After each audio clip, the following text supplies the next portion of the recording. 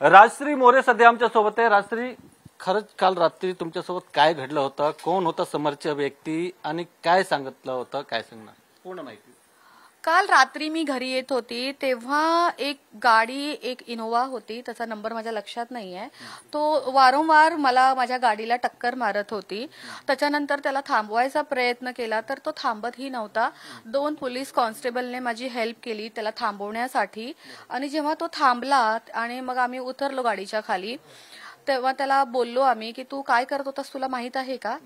तू पाठीमागे 3 लोकांना गाडी अंगावर त्यांच्या घातलीस पण ते लोक वाचले, तू माझी गाडी पूर्ण फोडलीस लेफ्ट साइडने, तुला माहिती आहे?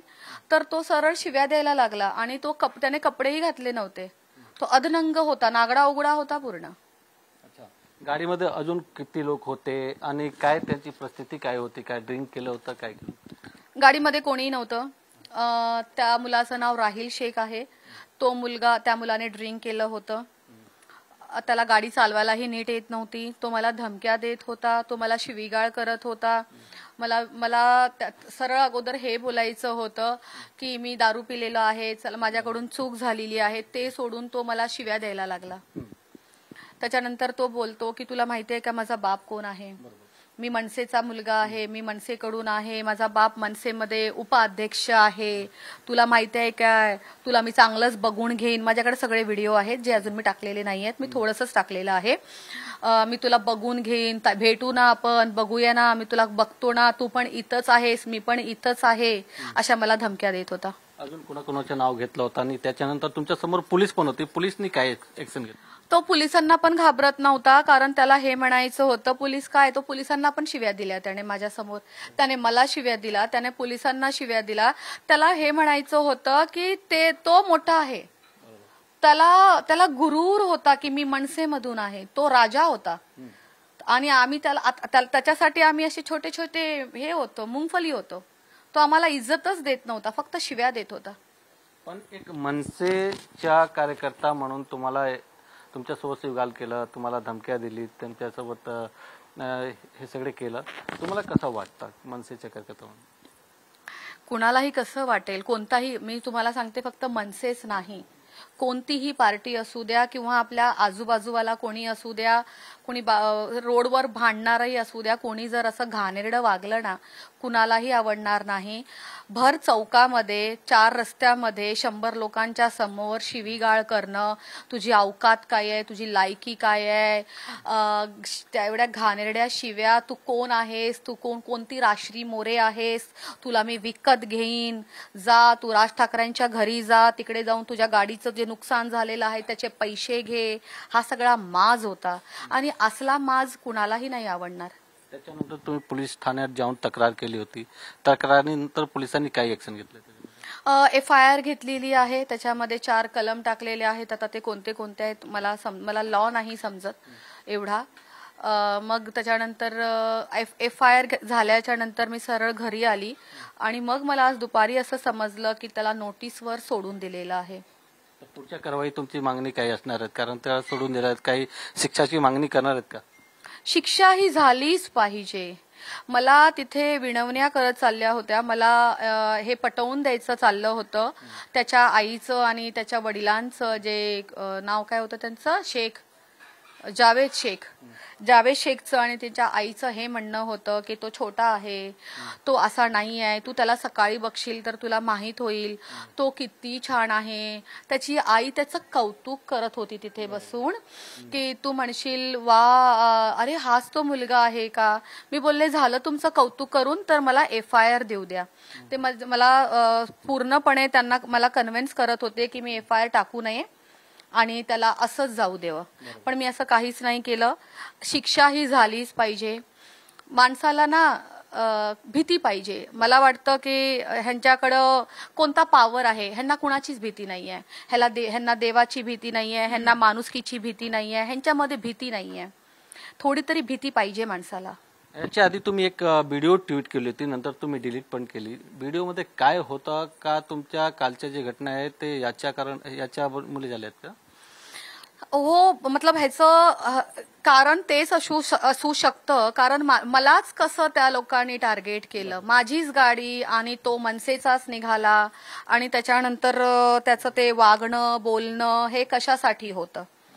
2 दिवस अगोदर मी एक व्हिडिओ इंस्टाग्रामवर पोस्ट केला होता आणि मी विनंती केली होती आपल्या मराठी लोकांना की तुम्ही प्लीज नॉन मराठी लोकांना सतावू नका. तुम्ही जे बोलताय की हे परप्रांती लोक आहेत, तुम्ही इथून निघून जा, तुम्हाला जर मराठी येत नसेल तर तुम्ही इकडे राहायचं नाही. पण हे लोक इकडे येऊन मेहनत करतायत. माझं म्हणणं हे होतं की ते लोक मेहनत करतायत, ते लोक चोरी करत नाहीयेत.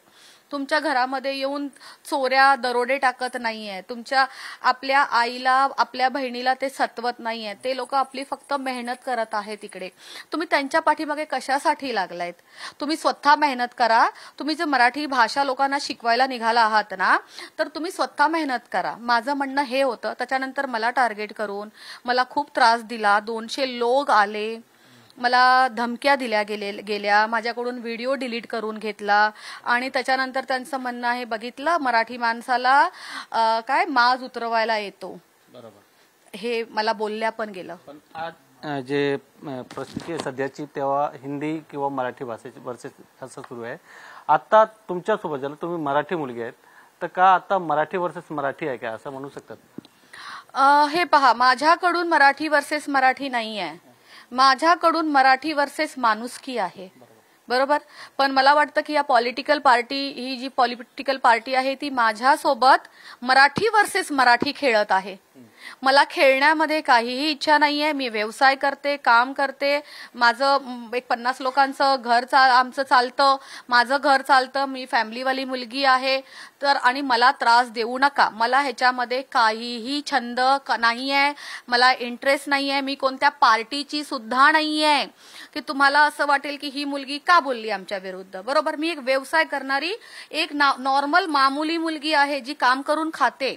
मी भाजपाकडून नाहीये, मी काँग्रेसकडून नाहीये, ना मी शिवसेना आहे, ना मी मनसेवाली आहे. मी कोण आहे? एक मराठी मुलगी राश्री मोरे जी आपला व्यवसाय चालवते आणि आपलं काम करते. तिने एक मुद्दा ठेवला की तुम्ही नॉन मराठी बरोबर का असं वागताय. नका वागू, कारण मला ते नाही आवडलं. कोणी आपल्याकडे येऊन मेहनत करत आहे, चोऱ्या करत नाहीयेत. जर कोणी चोऱ्या करत असेल तर त्याला बोला ना, उगाच कशासाठी करताय तुम्ही. तर त्यांना हे बोलायचंय की मी मराठी असून मी त्यांचा का साथ देत नाही. मला ते लोक सरळ सरळ भिभीषण म्हणतात. तुम्ही माझ्या इंस्टाग्रामवर जाऊन फक्त कमेंट वाचा, त्याच्यामध्ये एवढ्या घाणेरड्या शिव्या आहेत ना. 500,000 कमेंट फक्त घाणेरड्या शिव्या. मला ते किस्या घाणेरड्या शिव्या देतात, मी ते बोलूही शकत नाही. आणि सगळे मराठीमध्ये लिहितायत तिकडे येऊन, सगळ्या मराठी भाषेमध्ये तिथे शिव्या देत आहेत. हे शिकवते का आपली ही आज आपली मुंबईची भूमी, आज आपली मराठी भाषा हे शिकवते का? आज आपले शिवाजी महाराजांनी जे आपल्यासाठी केलं ते बोलले का असं वागायला, असं करायला? नाही. पण तुम्ही सगळे वागताय. तुम्ही मराठी वर्सेस मराठी करताय, मी मराठी वर्सेस माणुसकी करते. पण मराठी बोलणं चुकीचं नाही आहे ना. महाराष्ट्रामध्ये मुंबईमध्ये जे अनेक वर्षापासून आहे ते मराठी बोलू शकतात. एक भोजपुरीचे सुपरस्टार आहेत दिनेशलाल यादव निरहुआ, त्यांनी एक इंटरव्ह्यूमध्ये बोललेत की मी मराठी बोलणार आहे, तुम्हाला जे करायचे असेल ते करा. एक उद्योगपती होते, त्यांनी पण नकार दिला होता मराठी बोलण्याबद्दल. तर असा लोकांचं काय करायचं? अच्छा, ते केव्हा बोलले असं की तुम्ही कोण त्यांना जाऊन असं प्रेमानं बोललं का की तुम्ही इकडं महाराष्ट्रामध्ये एवढ्या वर्षापासून राहत आहात, ठीक आहे, आणि त्याच्यानंतरही तुम्ही अजून मराठी शिकलेले नाही आहेत, असं कोणी प्रेमानं समजवलं की असं मारून वगैरे धमक्या देऊन समजवलं तेव्हा ते असं बोलले? मी हा तुम्हाला प्रश्न विचारते. नाही, पण कसं केलं पाहिजे? काय तुमची काय पद्धत? ते तुम्ही जो मला प्रश्न विचारला की माझं ह्याच्यावर काय मत आहे, तर म्हणून मी तुम्हाला विचारते की त्या लोकांकडे जेव्हा गेले होते मराठी बोलायला सांगायला, तेव्हा काय होतं? जर तुम्ही माझ्याशी बोलताय, जर तुम्ही पहिलीच गोष्ट माझ्याबरोबर भांडण काढून बोललात, मला शिव्या दिल्यात किंवा माझ्यावर तुम्ही हात उचलाल, ठीक आहे, तर मग मी तुमच्याबरोबर प्रेमाने वागेन का? नाही वागणार. हे सगळं आपण सर्वच असे वागतो. कोणतेही जातीचे लोक असू, जर कोणी माझ्यावर अचानक येऊन असं माझ्यावर हात मारेल, मला एक झापड मारेल आणि मला धमकिया देईल, चल असं कर, चल हे कर, ते कर, कोणी नाही करणार. प्रेमाने समजवा ना. एक मोठी प्रेस कॉन्फरन्स घ्या. सगळेजण आज सोशल मीडियावर आहे, टीव्ही बघतायत, न्यूज बघतायत. प्रेमाने सांगा, मोठी प्रेस कॉन्फरन्स घेऊन सांगा, तुम्ही ह्या महाराष्ट्रामध्ये राहत आहोत, तुम्ही इथे राहून आज तुम्हाला 20-20 वर्ष झालेली आहेत, तरी तुम्ही प्रयत्न केला नाहीत की तुम्ही मराठी शिकलेले नाही आहेत. चला ठीक आहे, आता आजच्या नंतर आपण काय करूया की ज्या शाळांमध्ये लहान मुलांना शिकवलं जातं तिकडे मराठी आपण कंपल्सरी करूया. स्कूलमध्ये कसं असतं की फक्त इंग्लिश बोलायचं आहे, तिथे आपण इंग्लिश आणि मराठी कंपल्सरी करूया की ह्या 2 भाषा तुम्हाला बोलायच्यात. लहान मुलं लवकर शिकतात, ते लवकर अडॉप्ट करतात. आता मी जर कुठे केरळला आणि कुठे कॅलकटाला गेली तर मी ते बेंगॉली लगेच नाही बोलू शकणार, मला वेळ लागेल. मी 20 वर्ष तरी तिकडे राहिली तरी मला वेळ लागेल, कारण मी आता माझ्या कामधंद्यामध्ये आहे, मी काम करते. मी आता सकाळी उठून कामाला जाऊ, रात्री येऊन माझं घर बघू की एक भाषा शिकायला मी एक ट्युशन घेऊ, मला तुम्ही सांगा. बरोबर. जर तुम्ही प्रेमानं सांगितलं असतं की चला आपण थोडंसं सुरुवात करू, तुम्हीही तुमच्या घरातल्या मुलांना सांगा की आपण मुंबईमध्ये राहतो, महाराष्ट्रामध्ये राहतो आणि आपण आता मराठी बोलायला सुरुवात करायची. प्रेमाने सांगा ना. हो, प्रेमानं सांगितल्यावर कोणीही काही करेल तुमच्यासाठी. पण जोर जबरदस्तीने जर तुम्ही केलत ना तर समोरून पण तुम्ही जर कुणाला अहंकार दिलात तर तो तुम्हाला अहंकारच देईल. शेवटचा प्रश्न आहे, उद्धव साहेब, राज साहेबांना काय तुम्ही सांगणार हिंदी भाषा बद्दल जी आता सुरू आहे? मी आता जे बोलले तेच मी आता माझं बोलायचं हेच होतं की मी राजसाहेबांना आणि उद्धव साहेबांना पण तेच सांगते की आपण मराठी तर आपण भरपूर लोक आहोत साहेब. आपल्यासाठी मराठी आपला गर्व आहे मराठी. मी हेही माझ्या व्हिडिओमध्ये बोललेली आहे. मी हे बोललेच नाहीये की चला जावा मी पण मराठी बोलणार नाही, मी पण हिंदीमध्ये बोलणार नाही. मी मराठीच बोलली आहे की मी मराठी आहे, मला गर्व आहे. तसा खूप लोकांना गर्व आहे साहेब. आणि ज्या लोकांना नाही आहे, जर त्या लोकांना आपण प्रेमाने सांगितलं ना तर ते ऐकणार साहेब. पण आपण जर अहंकार देऊन केलं, आपण जर त्यांना राग केला, आपण त्यांच्या मनामध्ये माहितीये काय करत आहोत, आपण त्यांच्या मनामध्ये आपल्यासाठी नफरत पैदा करत आहोत. तर त्याच्याने नाही होणार. आणि मराठी वर्सेस जर मराठी आहे ना साहेब, तर आपल्या महाराष्ट्रामध्ये खूप प्रॉब्लेम आहे तो साहेब. आपण ते पण ठीक करूया ना. मी पण येईन, मी काम पण करेन, मी पण तुमच्या पार्टीमध्ये येऊन उभी राहीन तिकडे तुमच्या सोबत. मी पण मराठीच आहे. आपले लोक पुढे आले पाहिजेत, मराठी लोक. आज माझ्याकडे 50 लोक काम करतात, त्याच्यातून 30 लोक मराठी आहेत साहेब, बाकी नॉन मराठी आहेत. मला पण माहिती आहे ना, आपल्याला लोकांची मराठी आपले पुढे गेलेच पाहिजेत. पण फक्त हा असं मारणं वगैरे करून नाही. हे गोरगरीब आहेत साहेब. काय आपल्याला कधी कुठे दुसऱ्या देशामध्ये जायचं नाहीये का? त्या लोकांना तर फक्त मराठी शिकावी लागेल साहेब. आपल्याला तर किती लँग्वेज शिकाव्या लागतील. आपण कधीतरी महाराष्ट्रातून बाहेर जाणारच की नाही जाणार? मग आज जे काही चाललंय ना, तर ते ज्या लोकांनी केलेलं नाहीये ना त्या लोकांना सुद्धा ते भुगतावं लागणार.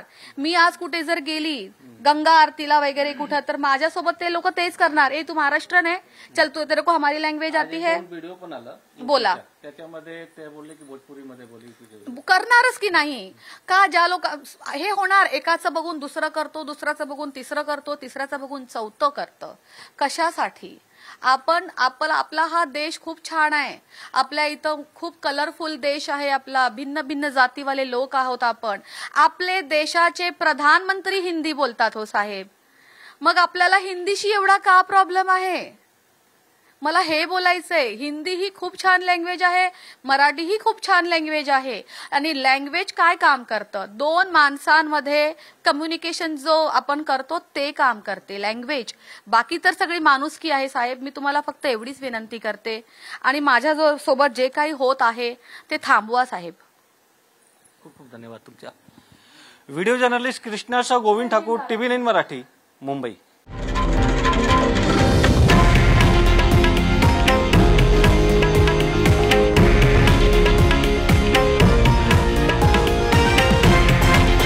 हे आहे देशातील नंबर 1 न्यूज नेटवर्क आणि आपण पाहत आहात TV9 मराठी, एकमेव.